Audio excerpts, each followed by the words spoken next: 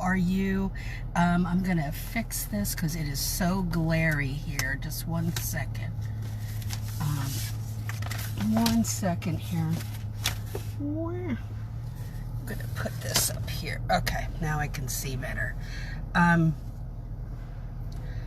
wanted to talk about past work experience a little bit. And this question comes up, and it's something that, and hello, by the way, thank you for being with me live. And while I'm talking, if you have any questions, please post them. Today I'm discussing your past work experience. And one of the questions that comes with that is not only the skills you have from that, but what if it was a long time ago? What if you've been working at something else recently or for many years, but years ago you had office experience, meaning you still know how to type, you knew how to file, you know all the basic foundation skills in an office. All of that is vitally important. It doesn't matter if it was long ago, as long as you still have those skills. If you lost your typing skills, or, that's hard to do because it's kind of like riding a bike. You can lose your speed because you're not typing regularly, but you usually don't lose the ability to type. You absolutely have to know how to type to work in this field. That's what we're doing. We're assistants. We're on the computer. We are really good with Microsoft Word. Those are things you have to know. Those are what I call foundation skills. Everything you would do in an office, because we are administrative experts. We are never considered attorneys, okay? Hey, Bridget, good to see you. So remember that the other question that comes up along with that is the topic of ageism. Am I too old? I've had people of all ages ask me that. Hey, Sonia, good to see you. I've had people ask me that who were in their mid to late 30s, whether they were too old to enter the field. That, my dears, is a mindset issue, not fact. So remember that we can blame not getting hired on certain things, that such as age, such as lack of experience. If you're not getting hired and a law firm is looking for, a beginner paralegal, that's because you're not communicating properly and you don't have the skill sets, and that doesn't mean experience. So, and it doesn't mean that, first of all, you never put on your resume what year you graduated from high school. That is old school garbage. You never put that on there, and nobody has a right to know that. Nobody in an interview should ever ask you if you're married, okay? But if I'm wearing a ring, that's kind of evident. So there are, remember that when you bring the right stuff to the table, you're going to find a job. Now, right now, it's slow. Law firms are just starting. I have a lawyer friend in Georgia who just is opening his law firm back up this week. So remember, this is pandemic time, and things are it's moving like a snail, trying to get back to whatever normal is. Hey, Felicia. Good to hear it. Yay, Felicia. And by the way, Felicia, 53 compared to me is a major spring chicken, as my grandmother would say. You are a youngin, as my grandmother, she wouldn't say that, but in Oklahoma they say that. You're a youngin. So take that. That's a good thing. But it's not the age. It's not whether you're male or female. It has to do with what you're bringing to the table. If I can get you to keep that in your head from now until your days are, then I've done my job. Because when I can explain that, when I send my stuff out, and I'm not just sending resumes and cover letters out to everybody and anybody without taking into consideration what area of law they work in, then that's a mistake. That's part of what I teach in my class. You cannot do that. They will not pay attention. Your resume and cover letter sink to the bottom. Okay? So don't use ageism or oh, my office work history was many moons ago. That can make us feel insecure, no doubt. But I want to remove that doubt from you. Focus instead on what am I bringing to the table right now, and what can I add to my skill sets. Hi, Rennie. No, it has nothing to do with it, Rennie. Nothing to do with it at all. Okay, listen to what I'm saying in this video. It has everything to do with this. How are you going to help that attorney? They don't train you. There's no school inside the law firm. They don't sit you in a conference room in front of a video. And I say that because that's what I did in fast food when I worked in fast food. As a manager trainee, and I owned a restaurant in the past. I trained, my people in my restaurant were trained right alongside of me. I've trained very shy people. I've trained that they've been trained to cook. They've been trained to handle the customer. And they train right alongside of me, completely different in the law field. They don't have time. Time is money in the legal field. That means if the attorney's not focusing on cases, he or she is not making money to pay anybody in the law firm. They have to focus on that. They've got to pay rent. They cannot take the time to train. It doesn't happen. And even if they advertise that, that's bogus. It might last 2 weeks, done, and then you're left hanging. That's why I put my course out there, okay? So let me read this to you. Studies show we fear the unknown. The unknown outcome more than we fear a bad outcome.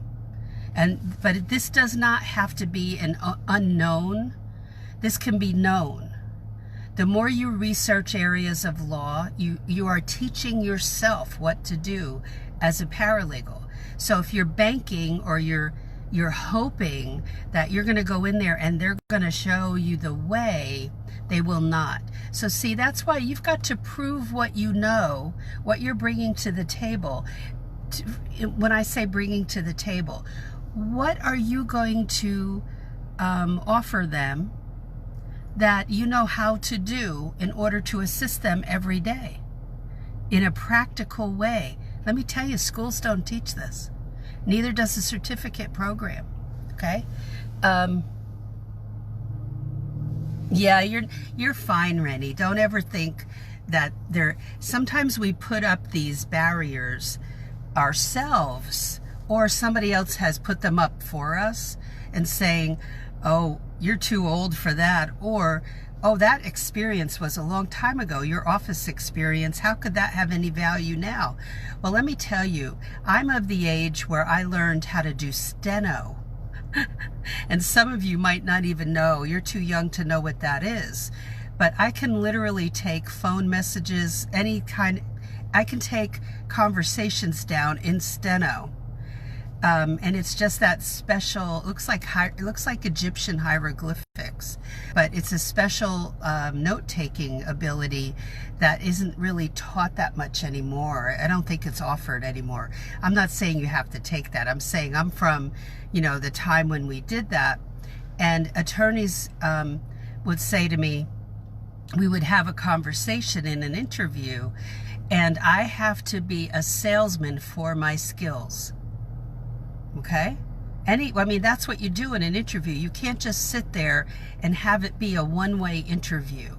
And again, I teach that in my class. What questions should you be asking the attorney?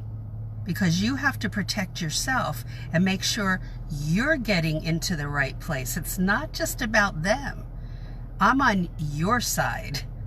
I want you to understand that that's so important for you, that the workplace you go to, that you get a good vibe, you feel that good vibe when you're in that place and you're interviewing, and things to not only observe, but also major questions to ask. So when, you have experience and you want to not put a lot of value on it, that's a mistake. If you have office experience or you're a major organizer, saying in an interview that you are ready to learn or you are open for them to show you some things is not what you should say. That is saying to them that then they have to teach you, and they don't have time for that. And people are shocked by this because there's an assumption that's made that I'm going to get hired, they're going to hire me, and they must understand that I don't know much, so they're going to teach me. They will not. Okay? So that should not be depressing. What that has to do is motivate you to learn more about what paralegals do in specific areas of law for jobs that you're applying to. Okay? So take that into account. Don't diminish what you already know. And don't let anybody diminish it for you. Never. Everything that you've been through in your life, everything that you know will play a part in this career. Take it from me, who entered the career in her late 30s. Okay? I never thought that they wouldn't hire me because of my age, and even now I don't think that. It's what I'm bringing to the table. And what I brought to the table in the first job was very good office skills. And, all those office skills were not used in a job that I had at my church. Not all of them were used, but they came in handy working there. And my bookkeeping skills, it wasn't like mandatory to get a paralegal job at all. Or the first job I landed, which was not a paralegal job. But I had to always value what I already know, and I want you to do that. I'm saying you have to do that. Because when you're in the interview, you're going to be talking about your value. And it is a sales job, but you have to be convinced first that you have value all the way around. You as a human, and you with your skill sets. And any insecurities, even though they're there, they have to go out the window, because now you're going to be talking about why you're a good fit for that attorney or that corporation or that government agency. Why are you a better fit than the 10 other people they're going to interview? Why? So that's something that you have to line out in your notebook. I'm not going to, I can pull it out. Line out in your notebook what your technical values are. Like, what do you know how to do in an office? How are your skills on Microsoft Word? Get my book, Legal Break-In, if you don't have it already, so that you can look at those foundation skills to understand what you need. And then you have to add to that. That's just a foundation. Office skills are simply a foundation. We do much more than that, okay? You're not there to be an attorney. You are not there to give advice to clients because you don't have a law license, okay? So you can be kind and you can help that client. When I say help, I mean you may be sending a letter to the client about a hearing date, to advise them of a hearing date, and they may call you and say, what should I bring?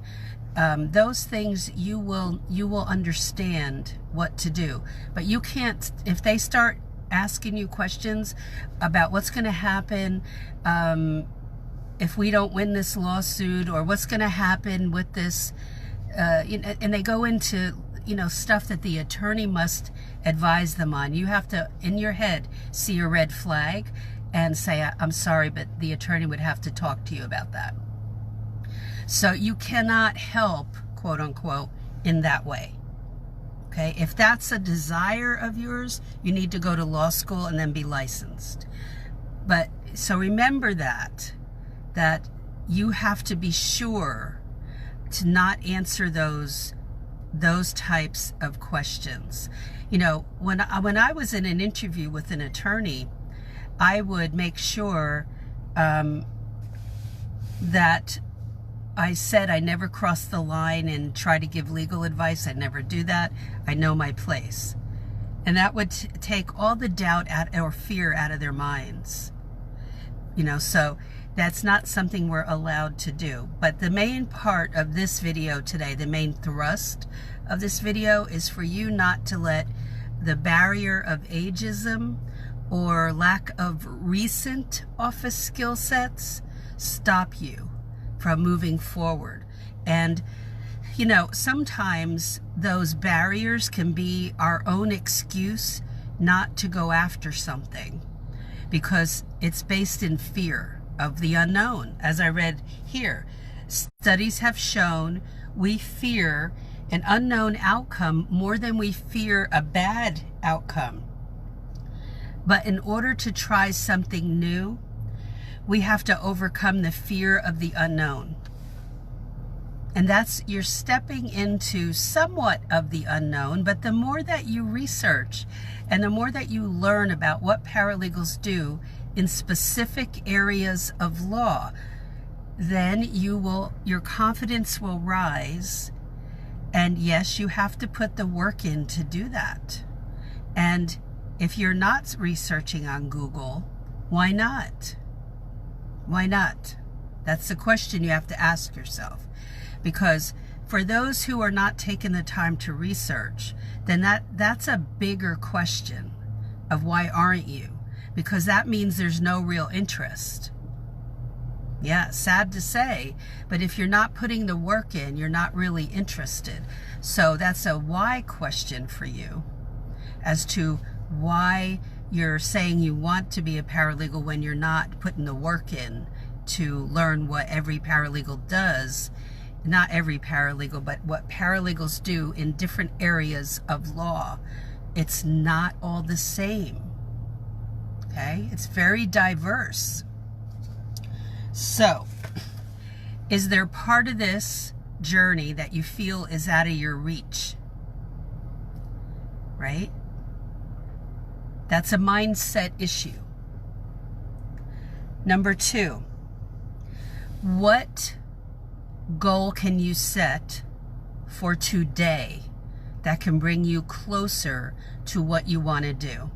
If this is what you want to do, what one thing can you do today? Make it very time sensitive. I have to do this by 9 o'clock or 8 o'clock tonight. If I start to try to do stuff right now at 9 o'clock at night, that's way past when my brain is absolutely done by that time, because my dogs are getting up at 4 in the morning. So talk about early rising. So by that time, my brain is fried. Where I could stay up before when my dogs weren't doing this till 1 in the morning and really be, you know, the brain was firing on all cylinders. But now, no, not because of age, but because of lifestyle. And the dogs I have a dog that is up at 3 o'clock and then 7 o'clock. And sometimes it's 3 times during the night. So, and it's an older dog. So I've got to, you know, get all that kind of research or ideas I want to check into way before 9 o'clock. So make sure you're not doing that too late when you're fried, okay? So who are you going to tell about this vision or dream that you have to be in the legal field that will support you? Big variable there. Not telling every Tom, Dick, and Harry, everybody in the world. And, you know, 75% of those people may not support you. The people that will support you are the ones that you want to tell. So the thing today is, Don't play it safe, and don't think that the barrier is age or your skill sets are from the past and they're not valuable now. My steno was valuable to me. It wasn't all that valuable. Some attorneys really got it that were maybe a little bit younger than me, but a 30-year-old, 35-year-old attorney wouldn't even know what steno is unless his mother or grandmother used it. So, but it was valuable for me because it sped everything up and I could take down verbatim messages and stuff. Yes, that skill set was valuable, but what was more valuable is that I never stopped learning. And I had to, even if I didn't feel confident, I still had to do the job and figure it out. So my confidence, you know, this was practical stuff. I had to work every day and figure out the problems that arose and not use anything like I'm not smart enough. None of those excuses, and just had to tackle it and change how I operated my life in general that way. So what is the vision? What is the thing that feels, oh, this is beyond what I can achieve? Because as I've told you many times in these videos, is if you're saying, well, Leslie, but see, everybody, all these people can afford to go to school, but I can't. I don't want to go into debt. I can't afford any of this. You don't need to. So don't put that barrier up, because that barrier doesn't exist. You're like, but they all want schooling. No, they don't. No, they don't. You don't. I want you to stop saying words like they all are like this, or almost every law firm wants experience. That's a lie from the pit of hell. That's because you're not searching properly. I don't mean now when jobs are scarce, but 45 days ago, jobs were not scarce. 60 days ago, they were not scarce.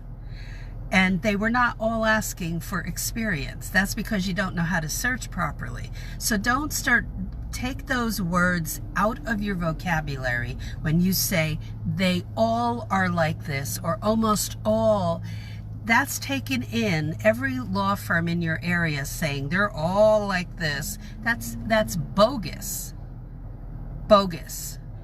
So what that is an excuse for not searching properly.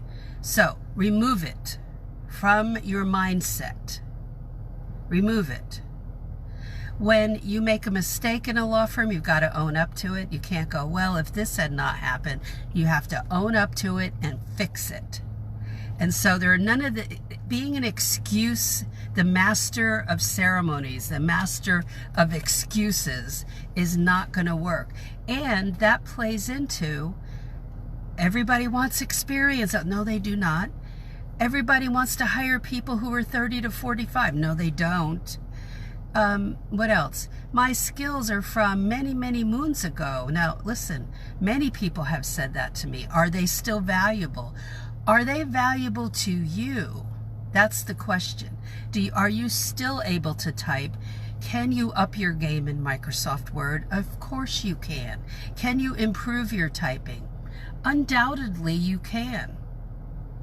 You know, that takes practice. If your speed is way down, it takes practice to build it up again. Are you ready to commit to that? So what is that goal that you can do, that one thing you can do today that will change your trajectory, that will change your mindset? Because the more you do like that every day, the more your confidence level and that passion will stay alive.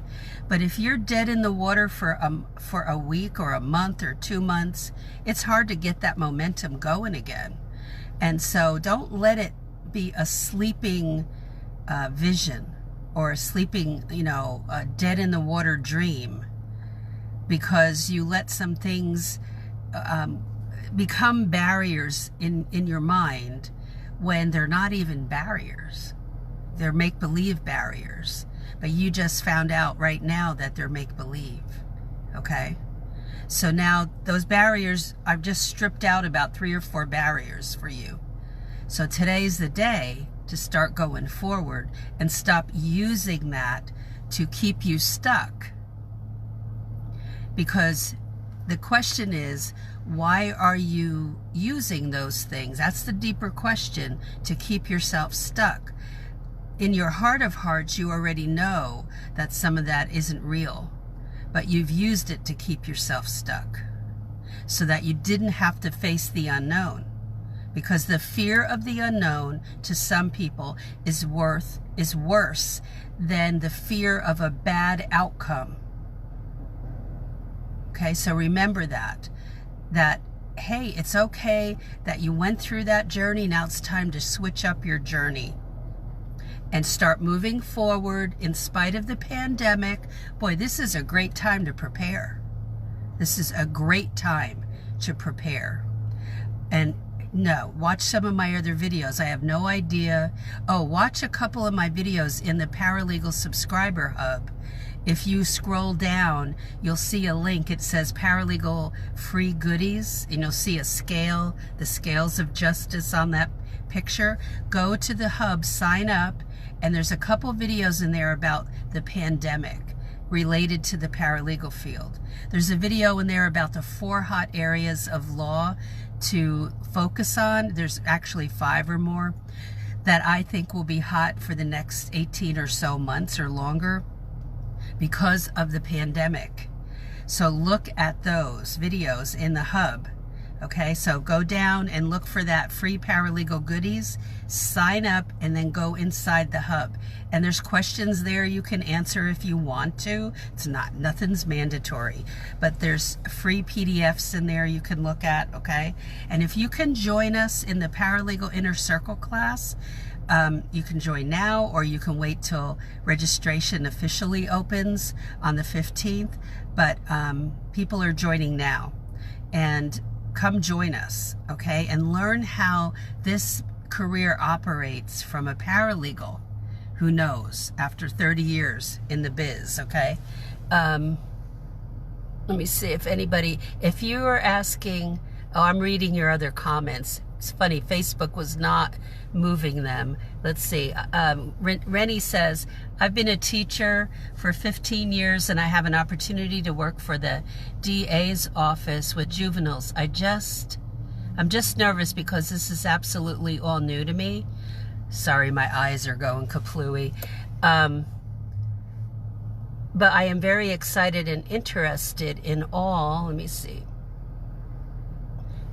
Oh, yeah, that's great. Yeah, the unknown. I'm glad it helped, Rennie. Thanks for posting that. So, Rennie, you have an opportunity to work for the DA. That's great experience. That's a great area to work in. And no, you will. Let me tell you what I felt like the first 2 months. I felt, even though I had just owned a business that I closed, and I'm a master gardener. I had a plant nursery and ran that for 4 years, and I've owned a restaurant and all that. But when I go into something new, I can feel like for the first 2 months, like I am as dumb as a rock. And people, this is normal. and feeling like you're moving like a snail, right? That's why I put up my course, because I wanted to give people a head start and knowing some of the things you're gonna, you need to do to land the job, but then what are you gonna look at? What are the things you need to do to keep deadlines under control and to keep everything on the up and up that you have never heard of before. So that's why that class is there, okay? But taking notes and tracking everything you're learning in a notebook is vitally important. Because asking the same question umpteen bazillion times of your coworkers, this is for everybody, is a pain in the neck. And so having a notebook where you have the answers down and you can just refer to it, you're making your own employee notebook. It's important. I had my mentor at 19 teach me that, not a legal job. and it was in the marketing department of a corporation in New Jersey. And so I built a notebook of my job to show the next person what they needed to do, where to find everything. So yeah, it's important to do that.